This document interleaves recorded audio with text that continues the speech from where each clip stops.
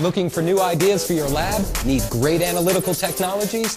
This is another progress report on our world tour of innovation.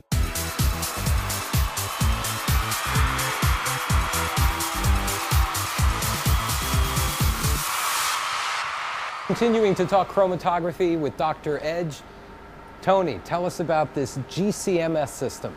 This gas chromatography mass spec system is the latest single quad system from Thermo Fisher Scientific, and it really does help our analytical community in terms of analysis in the fields of petrochemical and also environmental.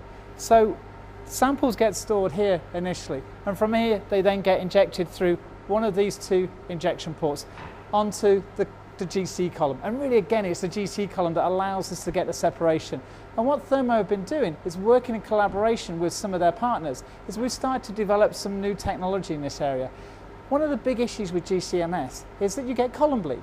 So what's column bleed? Column bleed is where you get the surface of the column actually starts to come off and goes into your detector.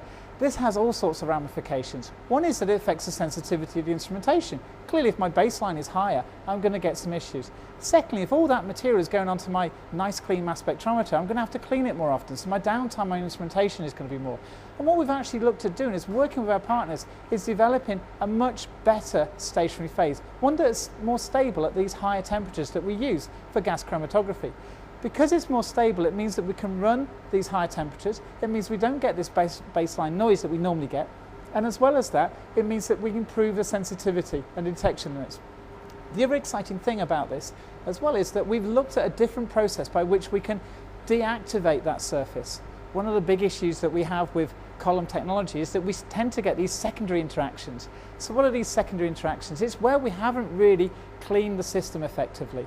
And so what we've done is we've looked at this base deactivation technique, which will reduce the amount of secondary interactions occurring on the column. And that provides us with much sharper peaks. Sharper peaks mean that the compound comes off in a shorter period of time, which means that we get better sensitivity on our detector systems, which means we can see even lower levels of pollutants and perhaps the petrochemicals that we're currently looking for. From here, it then goes into the mass spectrometer, and it's a single quad that really does drive the sensitivity of the instrumentation. And this is the latest, the DSQ from Thermo Scientific, and it really does provide an outstanding level of performance for this area of GCMS. Join us again as we bring you new technologies and great ideas for improving your lab. Watch for another progress report on our world tour of innovation.